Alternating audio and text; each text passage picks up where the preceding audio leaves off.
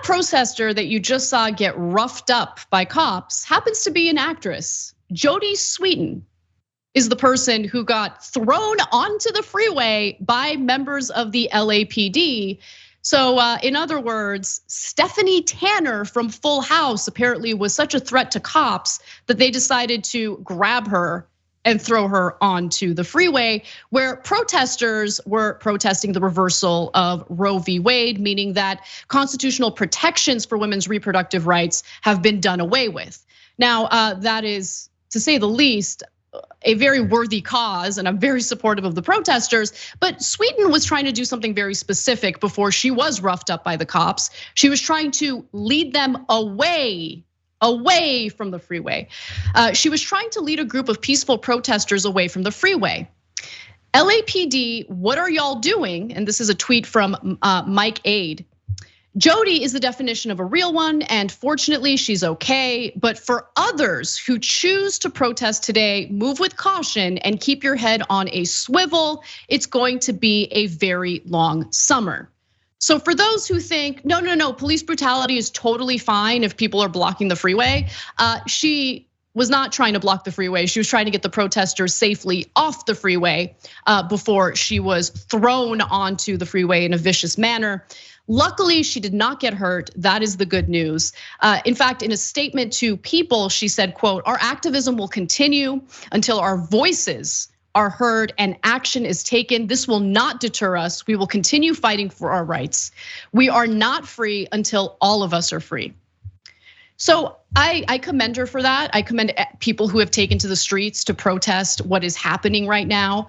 I think that protests are important, but we also have to acknowledge and accept that protests without a structure behind it, without a real plan behind the demonstrations, have limited outcomes. And I think that we experienced that after the summer of 2020. And this is why it's so incredibly important to start building labor power in this country, right? Because I'm sure many of you who are paying attention to what's happening, the possible solutions to kind of hinder or counteract, mitigate the damage that's being done by corporate, politicians.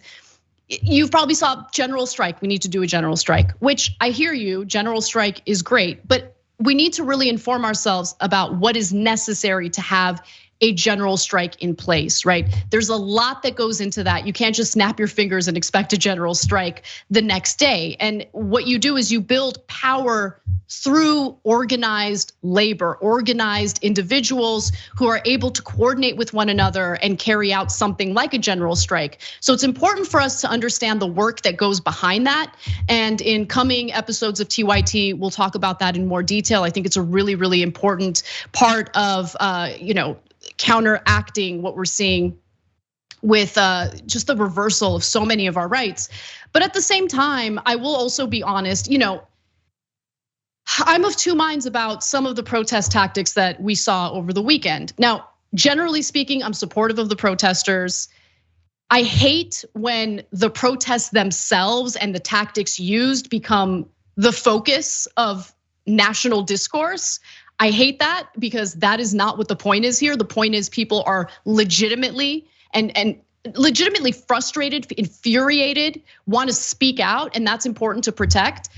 But I also think, look, protests are not supposed to be convenient for people, right? So if you just do a protest where you're roped off in a corner somewhere and you've got the right permits for it and you've done everything you're supposed to do to ensure that people aren't made uncomfortable by you speaking out, well, then that protest isn't really a protest. Doesn't really accomplish much. It certainly doesn't get the attention that it deserves, especially considering what these protests are trying to draw attention to. So I think that protests, you could be as critical of them as you want. You can be upset about maybe being stuck in bumper to bumper traffic because protesters are blocking the streets. If you're a protester in some of these red states, please know what the laws are, because some state lawmakers have passed legislation that would make it okay for drivers to run protesters over if they're blocking the road. So I want to make sure people have the information necessary to keep themselves safe. But again, protests are not, in my opinion, supposed to be convenient. They're supposed to send a message, a strong one. Conservative justices in the Supreme Court sent us a strong message. And so it's really, really important that we send a strong message back, right? Now, we don't do it in a violent way. We don't threaten their lives. You lose the argument immediately when you do that. But I really think for anyone who is being overly critical about some of the tactics that are used, take a step back and think about the rage that people feel. Think about why they're feeling that rage, and think about what you can do to help. Maybe steer the demonstrations or steer this movement in a direction that you think is more productive. But again, it's not just about these demonstrations. It's about building power, building a successful and persistent outside pressure campaign. So it doesn't just devolve into, we did a few protests, people were really mad for a few weeks, and then it fizzled out. There needs to be lasting and persistent action here. And it needs to go beyond electoral politics. I think that's the important thing to keep in mind. The other thing I just want to note is, yeah, the cops aren't there to protect and say, like, they're not there to protect you if you're a demonstrator, clearly. And I think what we saw in that Sweetin video was cops essentially retaliating against her as she was trying to get these protesters off the freeway. I mean, unbelievable. And I do think that it amounts to an act of intimidation. It sends a message to demonstrators, hey, if you speak out, if you voice your rage at what's happening now with your rights being stripped away by ideologues in the Supreme Court, well, there are gonna be some consequences, both legally and physically. And I'm really happy to see that protesters, including Jody Sweetin, are undeterred and they are still gonna speak out because it's what we really need.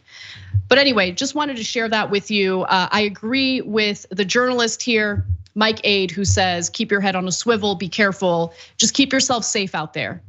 And if you can work from home, try to work from home, because if they shut down freeways, you shouldn't be upset at them, right? Your focus should be on, well, what is it that they're trying to communicate about? What can we do to help? Because again, you might think it's not a big deal if it's just women's reproductive rights, but Clarence Thomas is making it very clear that he wants to reverse other constitutional protections that give, say, gay couples the right to marry. He wants to take another look at media libel laws. Wonder what that means. I mean, all of these rights that we have enjoyed are now on the table for reversal. And so instead of being overly critical, let's think about ways that we can help to make this as productive as possible and successful as possible. Thanks for watching the Young Turks, really appreciate it. Another way to show support is through YouTube memberships. You'll get to interact with us more. There's live chat emojis, badges. You've got emojis of me, Anna, John, JR. So those are super fun. But you also get playback of our exclusive member-only shows and specials right after they air. So all of that, all you gotta do is click that join button right underneath the video. Thank you.